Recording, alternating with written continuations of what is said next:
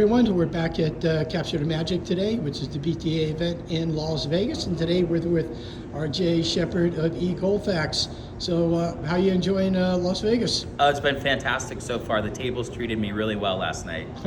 That's really, really good. So RJ, what's your role over at eGoldfax? I'm a channel manager over here. I support our partner channel and help them with co-selling opportunities and just product knowledge, education, all the above.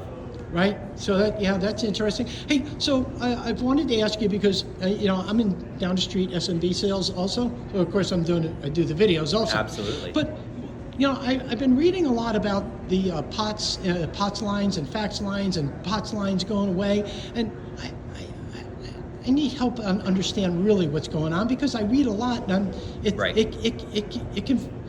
Some say yes, some say no. So maybe you can help us with that. Yes, absolutely. No, that's a great question. There's a ton of misinformation out there. Essentially, the FCC mandated here a couple months ago that telephone companies are no longer required to support the copper lines in the ground. That doesn't mean that there's an immediate cutover where everybody's moving away right away. But what I have seen across the country is the cost of copper lines going up in terms of you get a letter. Next thing you know, the cost is 3 or 4 times what it was.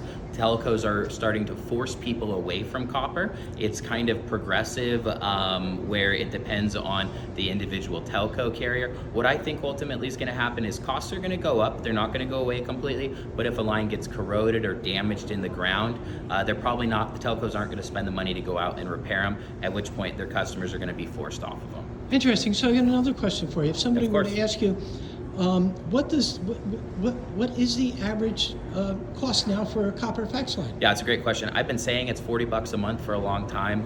$125 a month it can go up to. Business costs can sometimes be more, but again, with telcos, it depends on the individual provider. If it's a mom and pop provider and they have a lot of leverage in their local area, the costs can go up a lot faster than they can with like a Spectrum or something like that. Right. So how does a salesperson like me figure out if that company has a dedicated copper fax line? Sure, absolutely. Or if they're on VoIP. Well, the first thing you could do is look in the back of the copier. The second thing you can do is just ask a couple questions to find out from the customer, how they're faxing, why are you faxing, and how much is it costing you today? Once we understand what their perceived value of fax is and their perceived costs, we have the opportunity to potentially deliver a better solution. So how do you tell by looking at the back of the... Well, you have a fax board and you have an analog line plugged into a fax board in the back of a copier. You only need that analog copper line really for the fax. There might be network cables, but fax lines are different. So I would tend to think if it's not analog, they're just plugged into the network. Is that true? Well, they could have an internet-based faxing, although you're probably not going to see as much success from the MFP. Some people have moved to electronic faxing.